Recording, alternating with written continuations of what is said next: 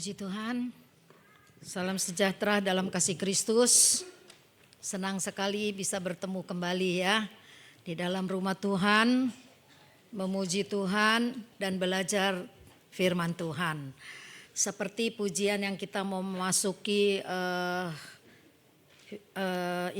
firman Tuhan, aku mau mengenalmu secara pribadi. Itu yang memang Tuhan mau. Kita bukan mengenal Tuhan itu seperti orang dunia gitu ya.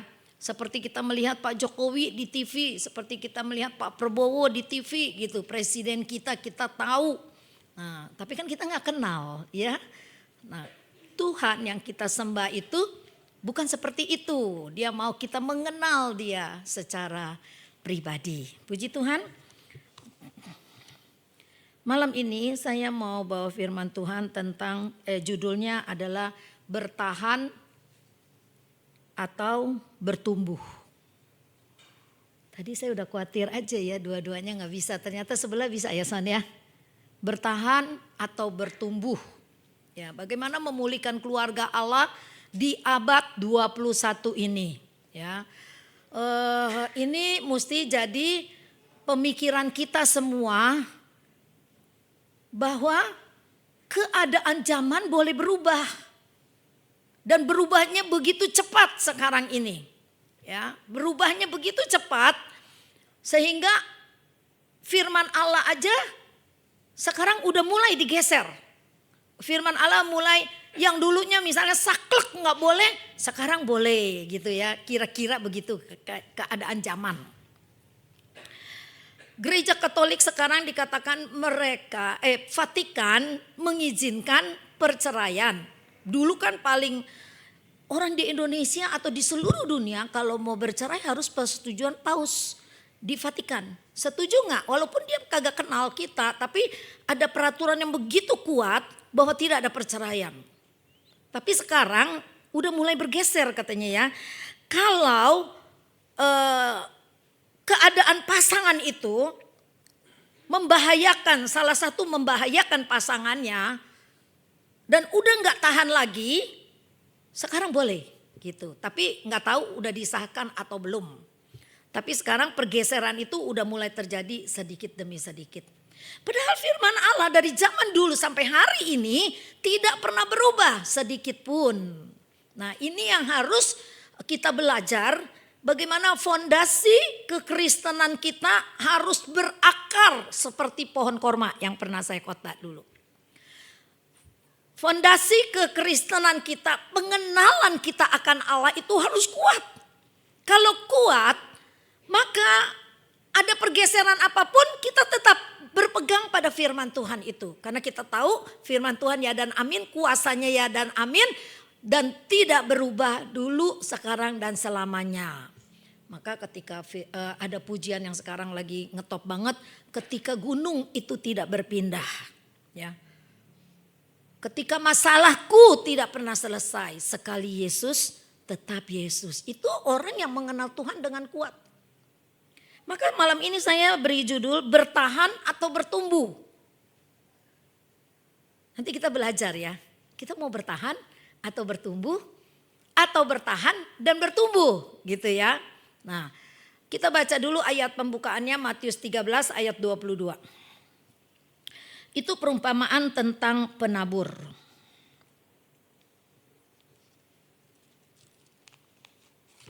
Matius 13 ayat 22.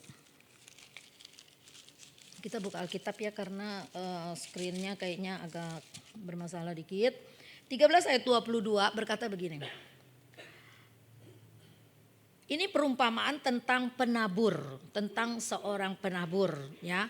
Ketika dia menabur, udah apalagi kita semua udah sering dengar khotbah ini. Nah, ini kita lihat yang ketiga ya. Ayat 22, yang ditaburkan di tengah semak duri ialah orang yang mendengar firman itu, lalu kekhawatiran dunia ini dan tipu daya kekayaan menghimpit firman itu sehingga tidak berbuah. Kita baca lagi ayat lanjutannya supaya nanti ketika saya menjelaskan saya tinggal ngomong terus ya. Mazmur 73 ayat 16 sampai 17. Mazmur 73 ini Mazmur Asaf yang waktu Dopus kemarin saya bawain sedikit ya. Tetapi ketika aku bermaksud untuk mengetahuinya, maka hal itu menjadi kesulitan di mataku. Ayat 17.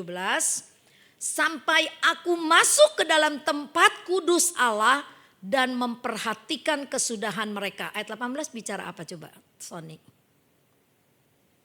Sesungguhnya di tempat-tempat licin kau taruh mereka, kau jatuhkan mereka sehingga hancur. Waktu Daupus kemarin saya bacakan ayat yang ke-1 bahwa Mazmur Asaf atau si Asaf ini dia seperti kecewa. Kok dia yang beriman kepada Tuhan, dia yang setia kepada Tuhan kayaknya hidupnya enggak lebih baik dari orang dunia yang tidak percaya kepada Tuhan. Jadi seperti ada nada kekecewaan gitu. Jadi ada nada kekecewaan, kok orang fasik lebih bagus hidupnya daripada saya. Dan ini juga ada beberapa orang yang WA tante minta doa dong, kenapa ya? Rasanya saya tuh udah setia banget sama Tuhan, rasanya semua saya berusaha lakukan. Tapi kenapa kayaknya banyak benar kesusahan, penyakit, ini datang, itu datang bertubi-tubi. Nah, saya langsung ingat ayat ini, saya kasih ayat ini. Kalau kita sudah masuk ke tempat kudusnya Tuhan, ayat 16 Son tampilin, maka kita tidak akan pernah kecewa karena keberhasilan orang fasik itu hanya sementara. Ujung-ujungnya mereka akan hancur. Ya, iblis memang cara kerjanya gitu, kita dibikin terlena, kita dibikin seperti orang main judi, awalnya kita menang, kita kaya, tapi ujung-ujungnya kita binasa, kesapu bersih semuanya. Teman saya suami istri rajin banget pelayanan. Waktu saya tinggal di Citra Garden. Tapi suaminya, saya pikir mereka tuh orang yang ya casingnya bagus banget begitu ya. Terus satu kali dia curhat sama saya sampai mau nangis, rasanya dia pengen bercerai. Kenapa kata saya gitu ya. Suaminya nggak taunya tukang main judi di Genting. Duitnya habis di Genting. Saya pernah ke Genting, saya masuk ke dalam kasino itu, ringgit nih ya bukan rupiah nih, ringgit segepok-segepok ditaruh berjejer di meja. Sekali putaran begitu ya kalah, diraup sama orang. Aduh saya bilang istrinya di rumah mengirit-ngirit kira belanja ya. Supaya ada kelebihan, ada simpanan, ada tabungan. Suaminya bawa duitnya brak di meja judi, sekali kalah habis diraup. Itu yang menangis rasanya hati saya gitu ya. Bagaimana orang main judi itu memang awalnya dikasih enak. Nah ini yang Mazmur Asaf dan kita mau pelajari malam ini ya.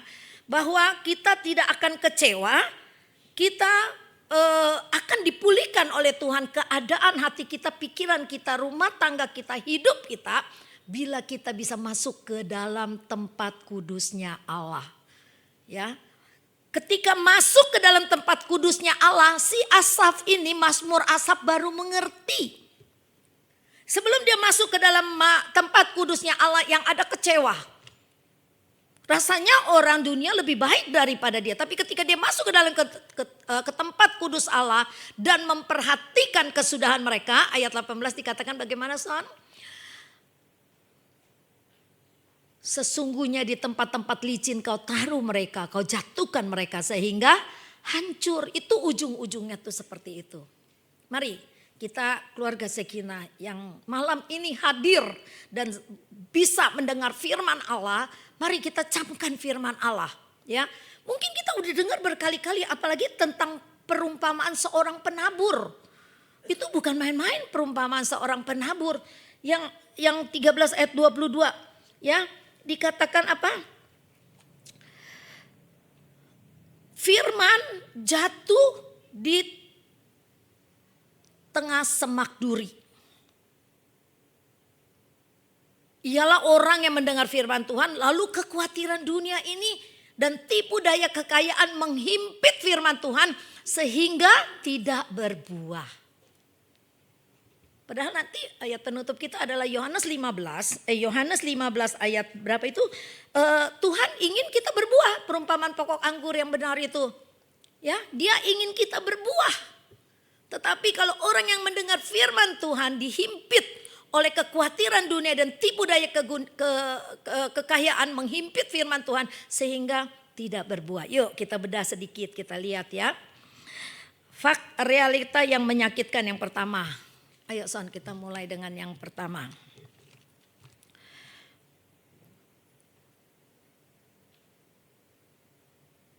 Nih, realita ya, kenyataannya hari ini banyak keluarga Kristen hancur bercerai. Setuju enggak?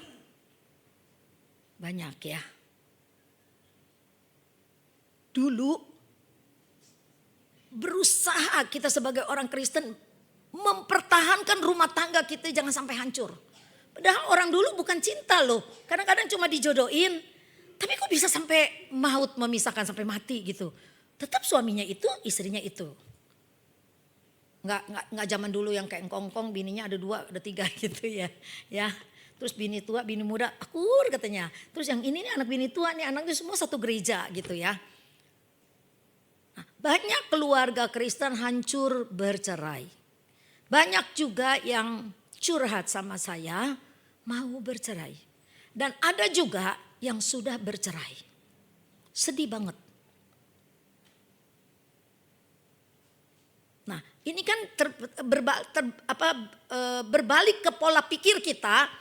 Kita tidak bisa bertahan sampai terjadi perceraian atau tidak mau bertahan. Lebih baik bubar. Nah, ini kan satu pertanyaan yang mesti menjadi peringatan penting buat kita.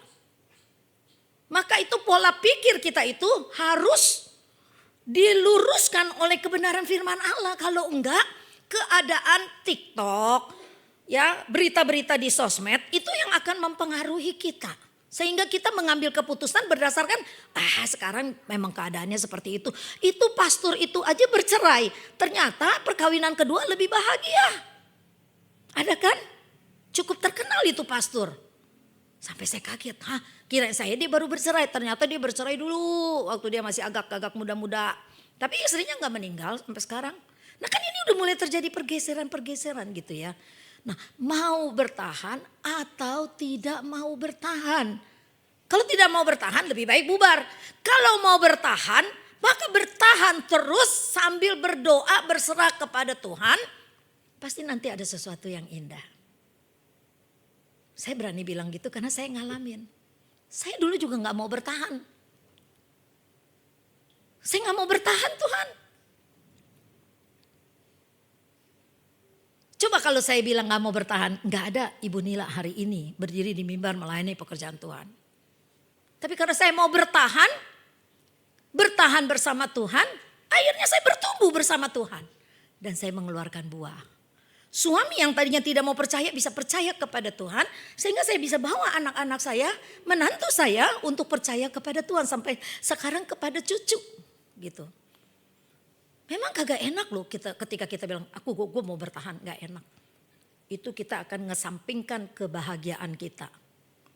Kebahagiaan kita taruh di belakang, kita kedepankan firman Tuhan. Sambil bercucuran air mata. Tapi kata Tuhan, gak selamanya air mata itu air mata kesedihan. Dan Tuhan ganti dengan sorak-sorai. Kita mau enggak gitu bertumbuh sama Tuhan ya. Beda dengan generasi baby boomer nih. Kan yang sekarang istilah yang kerennya baby boomer. Ya, walaupun susah, rumahnya bocor, banyak utang. Mereka bertahan. Sampai maut memisahkan mereka. Ada banyak orang mau bercerai kenapa? Aku gak bahagia. Suamiku terlalu pelit. Suamiku selingkuh. Istriku nggak bisa jaga anak-anak, istriku terlalu boros, istriku cuek, nonton aja kerjanya, drakor, dracin gitu kali ya. Untung saya nggak suka gitu-gituan ya. Nah sekarang ada satu pertanyaan, apa yang berubah? Apanya yang berubah? Lanjut Son. Jadi kalau kita istilah rumah sakit kan diagnosa satu dulu nih ya. Dihimpit oleh kekhawatiran. Tadi yang kita baca Matius 13 ayat 22. Khawatir tentang dunia ini. Dulu orang khawatir makan, gak ada makan. Sekarang orang khawatir apa? Cicilan gak kebayar. Kan demi mencukupi keadaan dan keseimbangan dengan tetangga, kita akhirnya kredit. Nyicil ini, nyicil itu. Supaya seimbang sama tetangga gitu ya. Bukan iri hati, menyeimbangkan gitu. Tapi akhirnya kita bisa kejeblos di situ. Karena belajar mau menyeimbangkan dengan tetangga. Padahal kata Tuhan gak kuat gitu. Nah ini yang tadi firman kita baca. Firman yang jatuh di antara semak duri itu dihimpit oleh kekhawatiran dunia ini. Khawatir makan, khawatir cicilan, khawatir menjaga image gitu ya. Terus khawatir, ya ada banyaklah kekhawatiran yang saudara mungkin bisa pikir sendiri. Saya paling takut kita mau menyeimbangkan diri kita dengan tetangga. Itu paling jangan sampai itu terjadi dengan kita. Biarin tetangga punya apa. Kita nggak perlu menyeimbangkan. Tapi kita lihat keadaan kita sendiri. Oh aku tuh mampunya segini, mampunya ini. Ya udah itu aja yang kita terima, kita jalanin dan kita syukuri. Itu saja. Saya takut. Kalau kita nggak punya penghasilan tetap, terus kita kredit. Ya, nah ini yang harus mungkin kita rubah cara pola pikir kita supaya firman yang kita terima yang dihimpit oleh kekhawatiran semak duri itu adalah kekhawatiran yang pertama. Yang kedua apa diagnosanya? Yaitu tipu daya kekayaan. Tipu daya kekayaan dulu aku bertahan demi anak-anak, sekarang aku berhak berbahagia. Nah ini paling bahaya yang ketika dia bilang aku berhak bahagia. Ini bahaya banget. Kenapa saya bisa bilang gitu? Saya juga dulu begitu. Aduh gue berhak bahagia. Gue mau cari kebahagiaanku. Padahal pernikahan itu adalah covenant. Perjanjian dengan Tuhan. Pernikahan bukan perasaan. Perasaan bisa habis. Aku udah mati rasa. Pernah gak mati rasa? Mungkin pernah ya. Aku pernah kecewa luar biasa sampai aku gak punya lagi cinta sama pasanganku. Bisa seperti itu. Fase pernikahan ke-7 tahun itu seringkali terjadi seperti itu. Nanti kalau udah lewat 7 tahun, 5 sampai 7 tahun. Itu nanti akan kembali kuat lagi cinta kita. Akhirnya kita bisa menerima bahwa perkawinan, pernikahan kita itu menjadi kuat ketika kita, ya Tuhan aku terima dia apa adanya. Itu kan janji altar waktu kita menikah. Istri kita menerima kita, suami kita menerima kita. Dengan segala konsekuensinya ketika kita udah jalanin dalam pernikahan, topeng itu udah terbuka. Topeng, kita kan masih pakai topeng kalau pacaran, bener gak? Tony tolong tampilin gambar yang itu. Yang gambar yang ada balon-balon itu.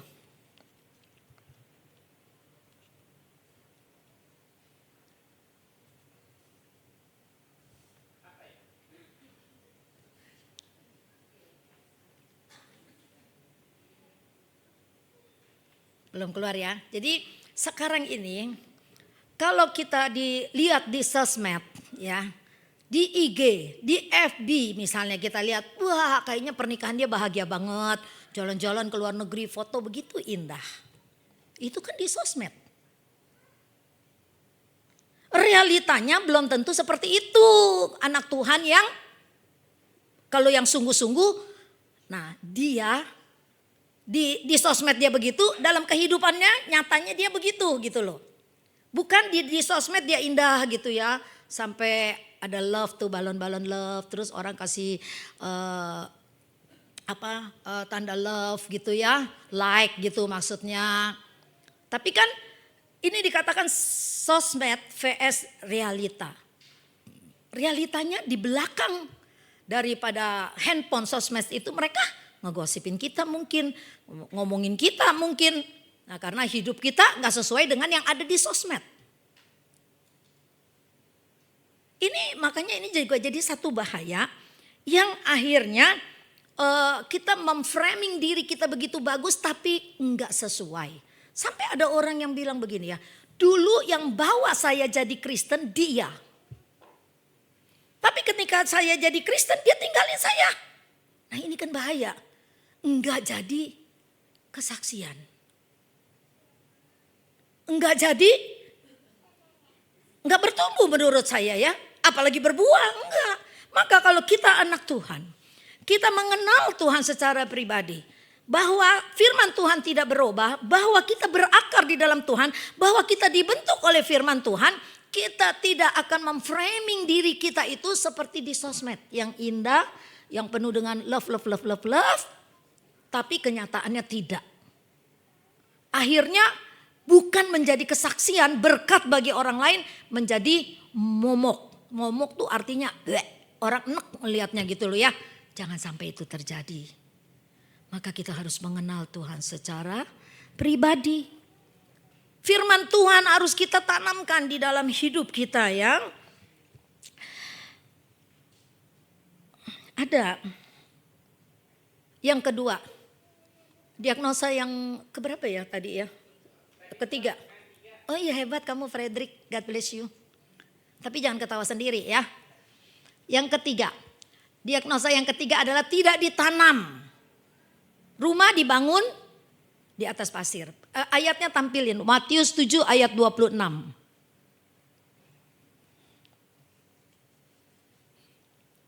Matius 7 ayat 26.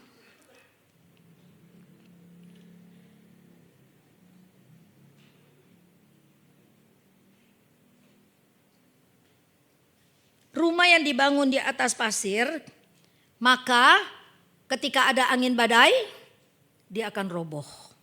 Gambarnya aja kalau enggak tampilin ya. Tetapi setiap orang yang mendengar perkataanku ini dan tidak melakukannya, ia sama dengan orang yang bodoh yang mendirikan rumahnya di atas pasir. Pasir kita tahu kan, begitu datang ombak besar itu tersapu.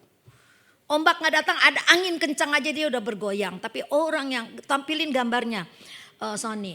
Jadi orang yang membangun keluarganya, rumah tangganya di atas batu karang yang kokoh yaitu Yesus Kristus. Ada badai, ada petir, rumah itu tetap kokoh.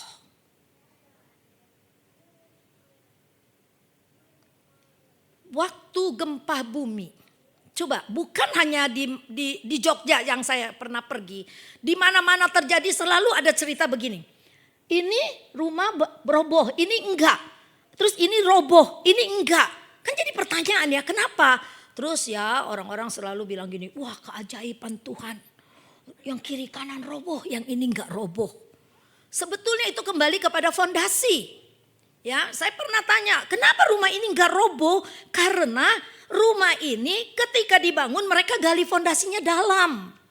Coba kayak bangunan Kebon Jati. Saya ingat banget dulu waktu mau gali fondasi ya. Dalam sekali dan batu-batu kali yang gede-gede dimasukin di dalam gitu. Kokoh. Jadi mau ada petir sebesar apapun Kebon Jati itu tetap kuat dulu katanya gitu ya. Ya semoga itu tetap kuat terus selama-lamanya gitu ya. Nah lalu yang kiri kanan kenapa roboh? Orang di daerah saking karena dananya terbatas mereka nggak gali lubang dalam-dalam untuk fondasi rumahnya. Mereka naikin bata aja sedikit naik jadi rumah. Tapi ketika angin kencang datang itu roboh karena fondasi tidak kuat. Kita harus punya fondasi yang kuat untuk kita dapat bertahan. Yaitu fondasinya adalah firman Tuhan. Nah, apa akar masalahnya? Kita baca Mazmur 73 ayat 16-17. Tadi kita udah baca, tapi gak apa-apa kita baca lagi. Mazmur 73 ayat 16-17. Akar masalahnya kenapa ada tipu daya kekayaan, ada kekhawatiran, ya kita membangun rumah tidak kokoh, terus gampang dikit-dikit mau bercerai, dikit-dikit benci, dikit-dikit nggak mau mengampuni gitu ya. Akar masalahnya adalah ketika aku bermaksud untuk mengetahuinya, hal itu menjadi kesulitan di mataku. Ayat 17. Sampai aku masuk. Ingetin ini kata-kata ya. Sampai aku masuk ke dalam tempat kudus Allah. Nah, Mazmur Asaf dibilang sampai masuk ke dalam tempat kudus Allah. Artinya sampai dia berhubungan intim dengan Tuhan. Dia baru mengerti maksud Tuhan. Dan akhirnya dia memperhatikan kesudahannya. Mereka itu tidak ada yang sukses terus. Akhirnya mereka jatuh dan tergelincir karena firman Allah katakan engkau menaruhnya di tempat yang licin. Itu akar permasalahan kenapa firman tidak bertumbuh karena ada semak duri. Kita dihimpit oleh kekayaan dunia, tipu daya dunia, kekhawatiran yang berkelebihan. Akhirnya kita gak beriman kepada Tuhan. Nah, ada solusinya. Ada tiga solusi yang kita mau pelajari pada malam ini. Solusi yang pertama adalah kembali ke perjanjian. Yaitu Malaiki 2 ayat 16. Malaiki 2 ayat 16. Firman Tuhan bilang,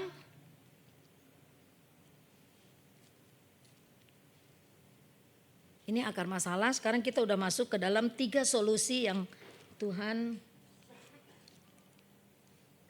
firman Tuhan ajarkan kepada kita, yaitu Malaiki 2. Yuk kita buka Alkitab kita. Malaiki 2 ayat 16 berkata begini, sebab itu aku membenci perceraian, firman Tuhan Allah Israel. Juga orang yang menutupi pakaiannya dengan kekerasan, firman Tuhan semesta alam. Maka jagalah dirimu dan janganlah berkhianat. Tuhan benci perceraian. Waktu di perjanjian baru, orang komplain, Tuhan kenapa Musa kasih surat perceraian? Bukan Musa yang memberikan surat perceraian itu secara cuma-cuma. Oh iya kau mau bercerai, bercerailah. Ini aku keluarin surat. Enggak. Tapi karena kekerasan hati orang yang mau bercerai itu. Akhirnya surat cerai itu keluar. Tetapi sesungguhnya Allah berkata, aku benci perceraian. Tuhan gak suka maka kita harus bertahan. Ya, kalau kita bertahan pasti akan ada kemuliaan, ada pemulihan keluarga. Kalau kita gak bertahan dikit-dikit kita mau berpisah, dikit-dikit kita mau bercerai. Kapan Tuhan mau pulihkan? Kapan kalian, saya bisa mengalami mujizat Tuhan dalam hidup kita? Gak ada. Kalau kita gak bertahan, gak bisa. Kalau kita gak bertumbuh, bertahan aja juga gak cukup. Kita harus bertumbuh, mengenal Tuhan lebih dalam lagi. Itu yang membuat kita bisa menjadi seorang pemenang. Saya khawatir banget ya tentang rumah tangga sekarang ini. Ya, selingkuh kayaknya udah menjadi permasalahan yang udah biasa itu mah gitu. Apalagi kalau kita bilang, ya gak apa-apa belum sampai berbuat. Boleh gak bilang gitu, siapa yang setuju? Dia udah mulai tergoda misalnya ya. Enggak, dia baru chattingan doang, belum sampai berbuat. Siapa yang setuju itu? Coba angkat tangannya. Ada yang berani ya? Janganlah, ntar kamu dijolimi lagi sama teman-teman sendiri. Ya, enggak boleh ngomong begitu loh. Karena iblis bermain di pikiran. Dari pikiran dikutak-kutik baru timbullah perbuatan. Udah jadi perbuatan maka jadilah dosa. Di otak udah dosa. Terus kita nggak tengking, kita nggak hancurkan di pikiran jahat. Akhirnya jadi perbuatan. Terjadilah perbuatan, akhirnya orang bisa membunuh. Orang bisa memfitnah seenaknya untuk menutupi kesalahannya sendiri. Ini yang paling berbahaya. NPD itu ya. Jadi dia yang bersalah, dia yang berbuat, dia bikin cerita seolah-olah dia yang jadi korban. Ini yang sekarang banyak terjadi dan ini sangat mengerikan sekali. Saya berharap kita anak Tuhan tidak seperti itu. Ya, aku benci perceraian itu titik dan tidak berubah. Sampai kapanpun, sampai Tuhan datang. Itu tidak berubah. Tuhan tidak bilang, oh ini abad ke-22. Abad 21 udah lewat. Firman Tuhan masih kuat. Abad 22. Apalagi nanti tahun 2000, bukan abad 22 ya, tahun 2030. Yang kemarin itu yang saya jelaskan tentang seminar. Bahwa percepatan itu akan banyak berubah. tatanan kehidupan manusia di bumi ini. Dan kalau saya baca lagi, kenapa sih orang mau dimatiin? Kenapa sih sekarang gay, ya pesta gay kan ketangkep melulu nih di Indonesia nih. Sampai geli ngelihatnya ya. Terus tujuannya apa? Saya ikutin, bukan saya demen, saya ikutin. Kenapa?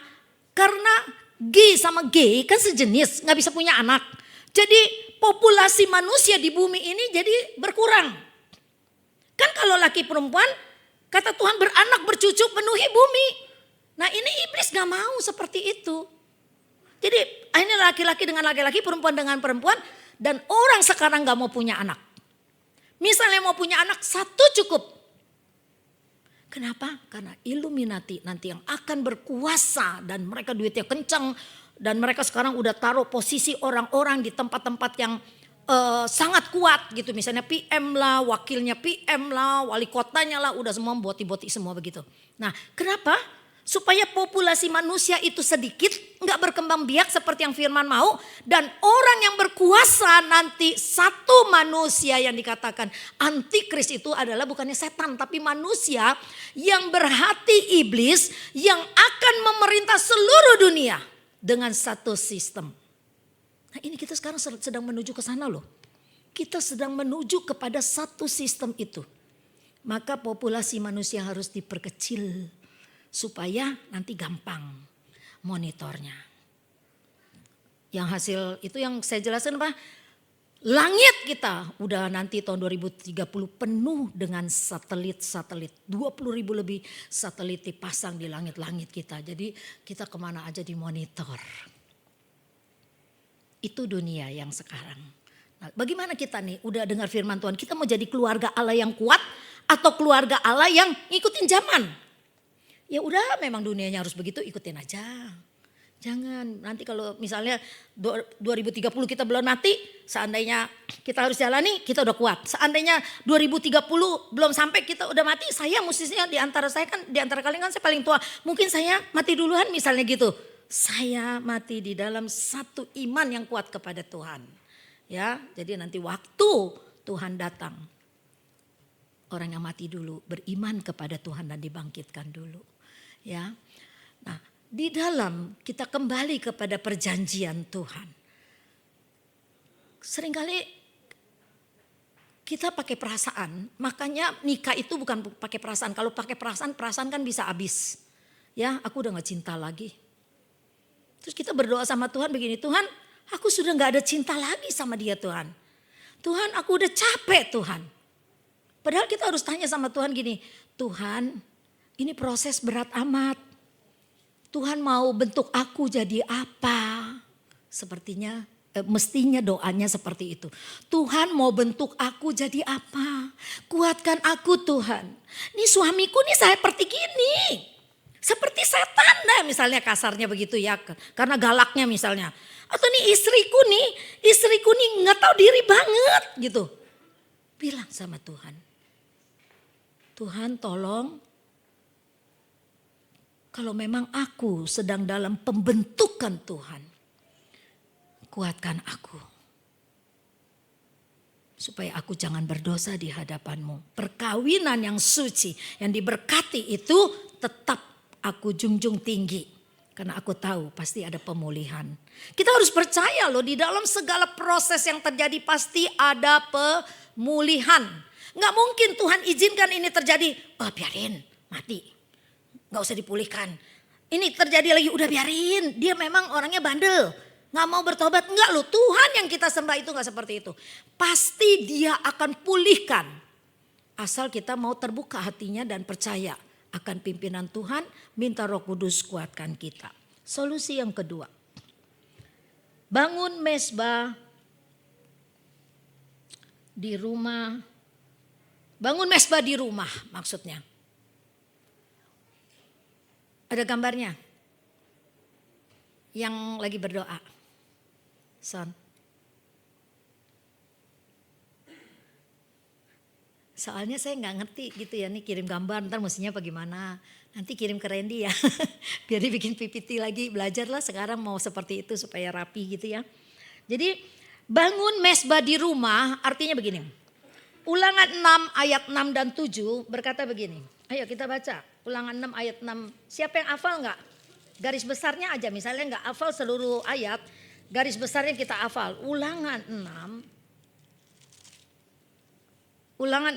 ayat ke-6 ke-7 artinya begini nih, garis besarnya gini ya.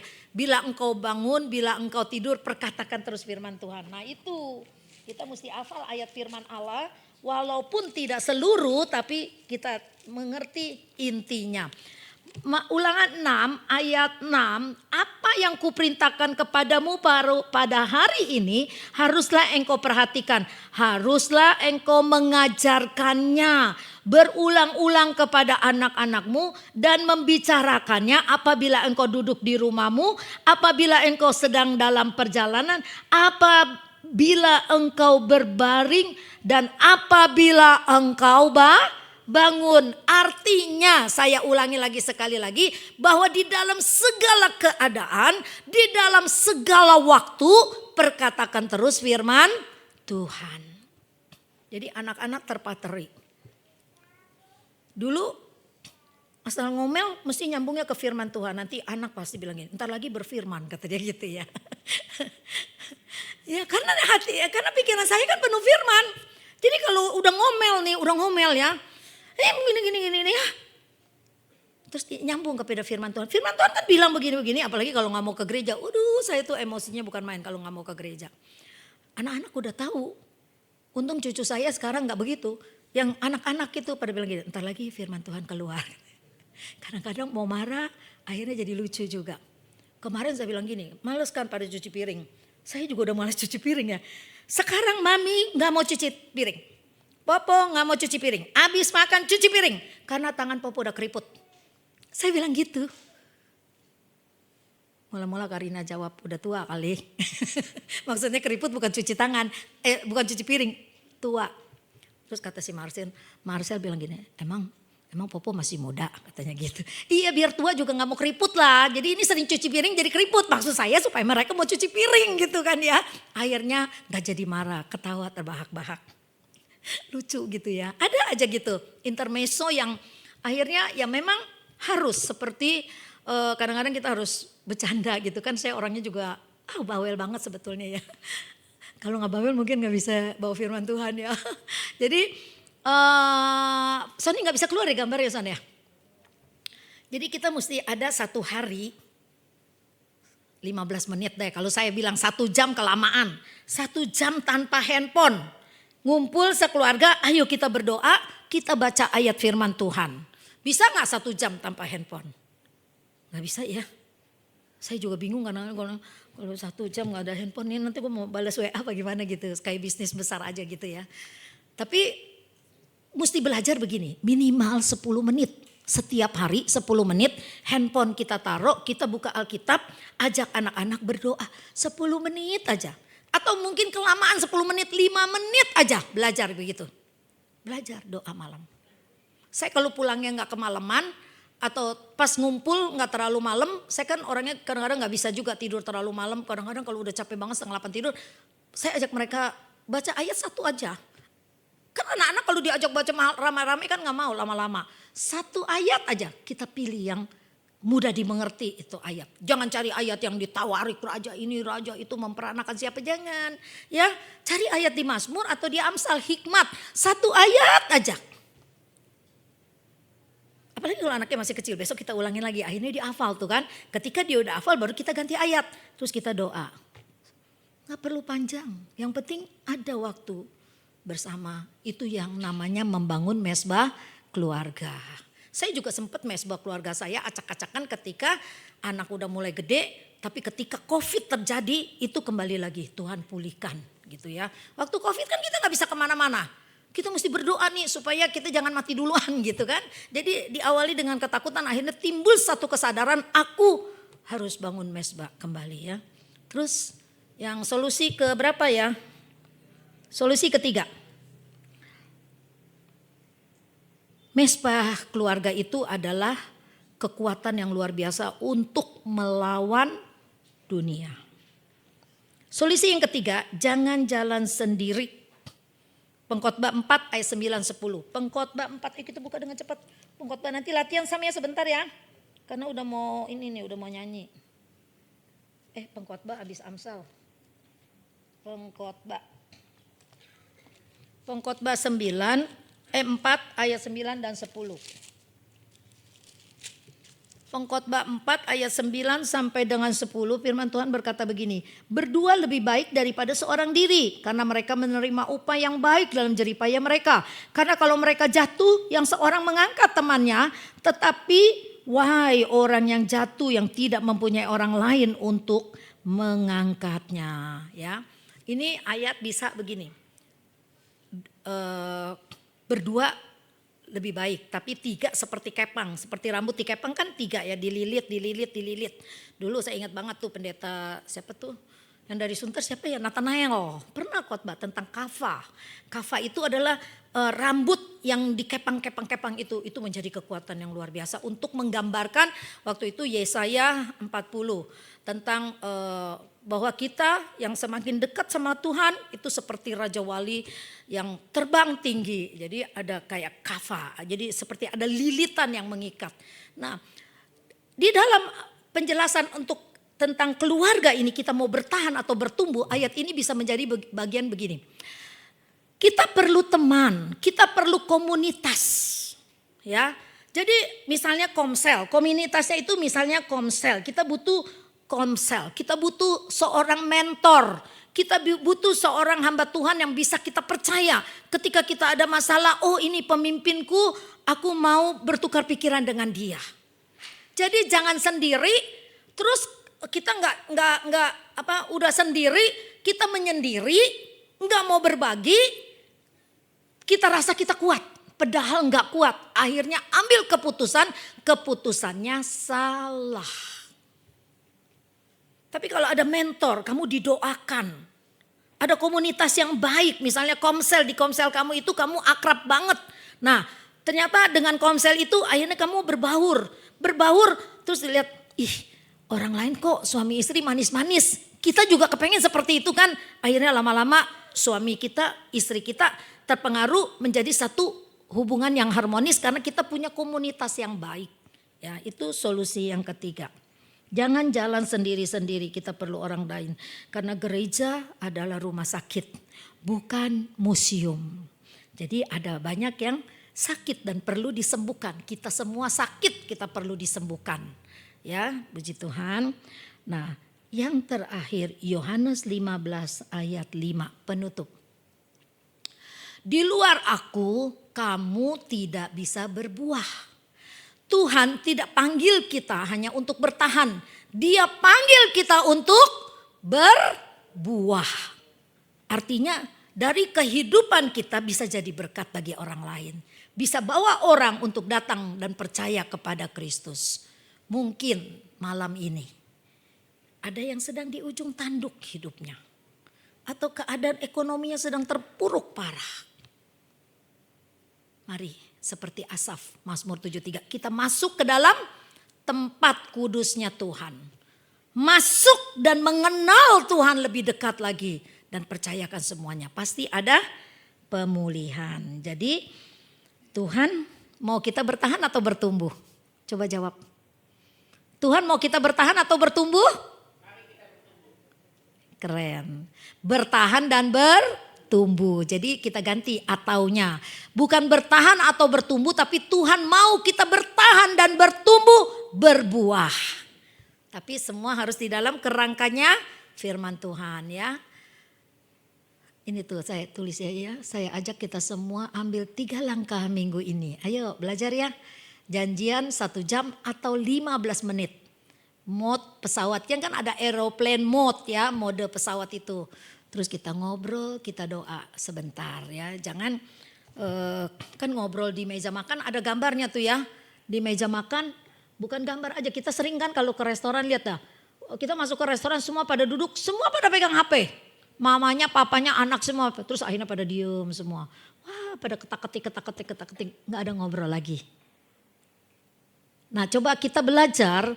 Kalau udah di meja makan kita kumpul. Kita ngobrol. Jangan WhatsApp-an lagi kecuali ada penting. kita balas terus kita tutup, kita ngobrol gitu ya. Jadi nggak benar juga nih kalau kita bilang, aku juga ngobrol kok tiap hari pakai WhatsApp. Suamiku juga aku WhatsAppin, istriku aku WhatsAppin gitu kan ya. Walaupun jauh LDR gini gitu kan. Nanti anaknya anak online jadinya ya. Mau punya anak online. Puji Tuhan, mari kita berdiri, firman Tuhan saya akhiri sampai sini. Mari kita mengingat firman Allah. Ya, saya nggak suruh Anda ngingat semua tuh firman. Tapi minimal ada sebaris, dua baris atau ayat tertentu yang terpatri di hati kita malam ini. Ya, terus apa yang kita mau ambil dari 3 hal yang saya ajak pada malam ini? Mau 5 menit? Aeroplane mode? Ya, taruh HP-nya, baca ayat 1 ayat, terus berdoa bersama ya. Nanti lama-lama bukan 1 menit, bukan 5 menit lagi, 15 menit akhirnya bisa 1 jam, puji Tuhan.